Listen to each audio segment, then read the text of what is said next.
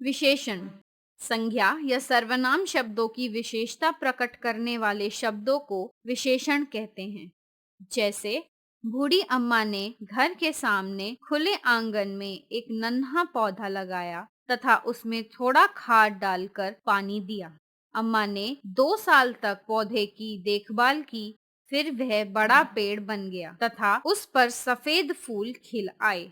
कुछ दिन बाद सफेद फूल मीठे रसीले फलों में बदल गए। अम्मा ने पके पके कुछ फल तोड़े तथा उन्हें छोटे बच्चों में बांटा। प्रत्येक बच्चे को 4 फल मिले। ऊपर दिए हुए अनुच्छेद में प्रयुक्त रंगीन शब्द बूढ़ी, खुले, एक, नन्हा, थोड़ा, दो, बड़ा, सफेद, कुछ, मीठे, रसीले, पके पके, कुछ, छोटे, प्रत्येक एवं 4 शब्द क्रमशः अम्मा, आंगन, पौधे, खाद, साल, पेड़, फूल, फल, बच्चे आदि की विशेषता प्रकट कर रहे हैं, इसीलिए ये विशेषण हैं।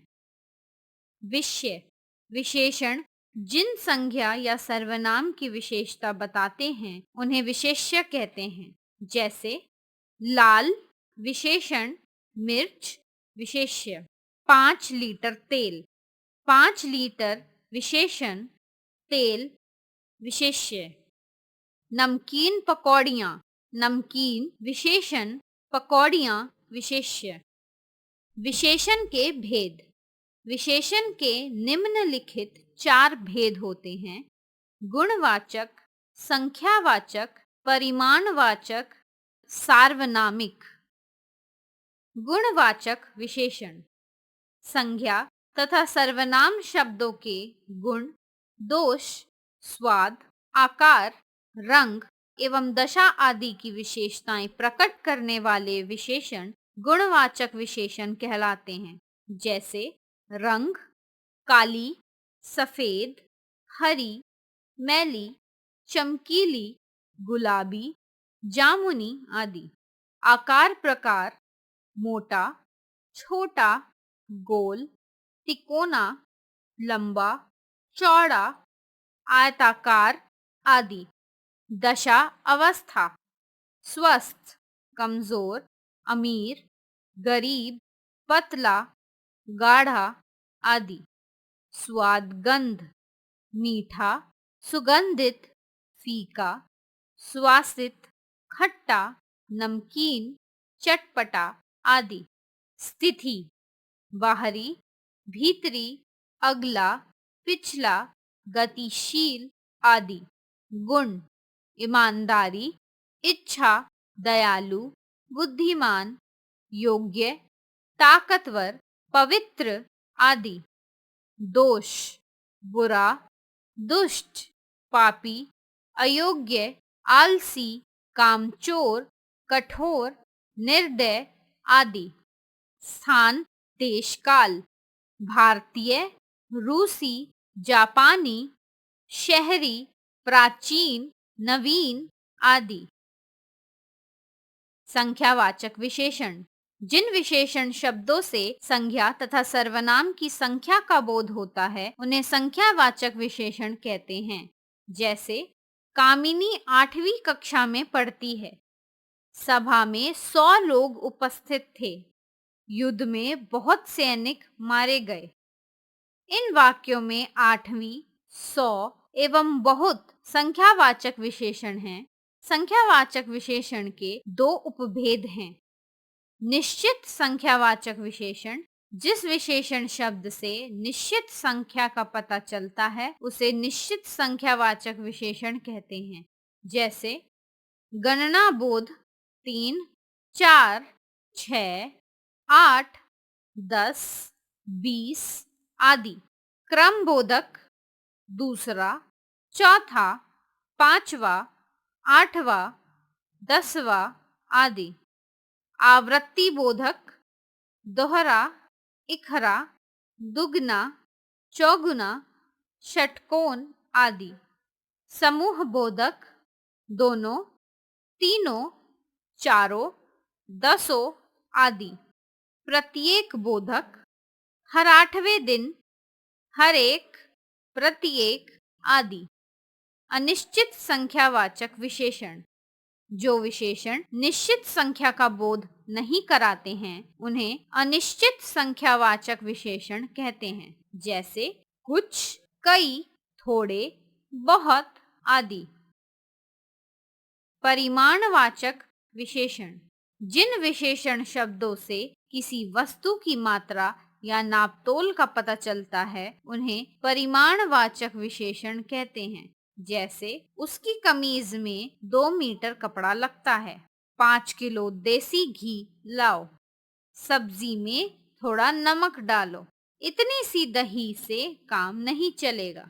इन वाक्यों में 2 मीटर, 5 किलो, थोड़ा, इतनी सी परिमाणवाचक विशेषण हैं। परिमाणवाचक विशेषण के 2 उपभेद हैं। निश्चित परिमाणवाचक विशेषण, संज्ञा या सर्वनाम शब्दों के निश्चित परिमाण का बोध कराने वाले विशेषण निश्चित परिमाणवाचक विशेषण कहलाते हैं, जैसे सुधा ने 2 किलो टमाटर खरीदे, रजनी ने 5 मीटर कपड़ा खरीदा, कविता ने आधा लीटर दूध खरीदा। इन वाक्यों में 2 किलो, 5 मीटर एवं आधा लीटर शब्दों से निश्चित मापतोल का पता चलता है, इसीलिए ये निश्चित परिमाणवाचक विशेषण हैं। अनिश्चित परिमाणवाचक विशेषण, जिन विशेषण शब्दों से संज्ञा अथवा सर्वनाम के निश्चित मापतोल अथवा परिमाण का पता चलता है उन्हें अनिश्चित परिमाणवाचक विशेषण कहते हैं, जैसे दाल में थोड़ा घी और डाल दो, दूध में अधिक चीनी पड़ गई है, इतनी सी हल्दी से काम न चलेगा। इन वाक्यों में थोड़ा, अधिक एवं इतनी सी शब्द अनिश्चित परिमाणवाचक विशेषण हैं, क्योंकि इनसे घी, चीनी एवं हल्दी की निश्चित मात्रा का पता नहीं चलता है। सार्वनामिक विशेषण, संज्ञा की विशेषता प्रकट करने वाले सर्वनाम शब्दों को सार्वनामिक विशेषण कहते हैं, जैसे उस लड़के को बुलाओ, वह घड़ी सुंदर है, उन युवकों ने नियम तोड़ा है, यह सड़क आगरा जाती है। इन वाक्यों में उस, वह, उन एवं यह सार्वनामिक विशेषण हैं, क्योंकि ये सर्वनाम संज्ञा शब्दों के साथ लगकर उनकी विशेषता बता रहे हैं। सार्वनामिक विशेषण को संकेतवाचक विशेषण भी कहते हैं। विशेषणों की तुलना, विशेषण किसी संज्ञा अथवा सर्वनाम की विशेषता बताते हैं। वस्तुओं के गुण दोष के इन न्यूनाधिक्य को तुलनात्मक रूप से ही जाना जा सकता है। तुलनात्मक दृष्टि से गुणवाचक विशेषण की निम्नलिखित 3 अवस्थाएं होती हैं: मूलावस्था, उत्तरावस्था, उत्तमावस्था। मूलावस्था, इस अवस्था में विशेषण का तुलनात्मक रूप नहीं होता है। विशेषण सिर्फ सामान्य विशेषता का ही ज्ञान कराता है, जैसे नीरज बलवान है, सुंदर बुद्धिमान है।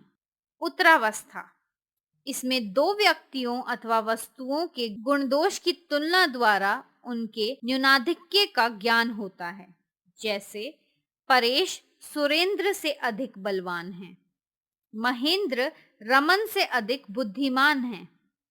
उत्तमावस्था, इस अवस्था में 2 या 2 से ज्यादा वस्तुओं अथवा व्यक्तियों की तुलना करके किसी एक को सबसे अधिक अथवा सबसे कम बताया जाता है, जैसे सुमन सबसे अच्छी बच्ची है। पर्वतराज हिमालय संसार का सबसे ऊंचा पर्वत है। विशेष, संस्कृत से आए तत्सम शब्दों में तर एवं तम प्रत्यय लगाकर उनके उत्तरावस्था एवं उत्तमावस्था के रूप बनाए जाते हैं, जैसे मूलावस्था, उत्तरावस्था, उत्तमावस्था, मूलावस्था, उत्तरावस्था, उत्तमावस्था। प्रविशेषण, विशेषण शब्दों की विशेषता बताने वाले विशेषणों को प्रविशेषण कहते हैं। जैसे सजनी बहुत मोटी है, अंगूर ज्यादा खट्टे हैं, रतन सबसे छोटा भाई है, सुरेश घोर कंजूस है।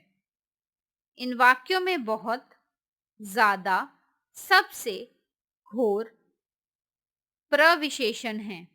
ये विशेषण शब्दों मोटी, खट्टे, छोटा एवं कंजूस शब्दों की विशेषता बता रहे हैं। विशेषण की रचना, विशेषणों की रचना मुख्य रूप से 4 तरह के शब्दों से की जाती है। जैसे संज्ञा से विशेषणों की रचना, संज्ञा विशेषण। सर्वनाम से विशेषणों की रचना, सर्वनाम विशेषण। क्रिया द्वारा विशेषणों की रचना, क्रिया विशेषण।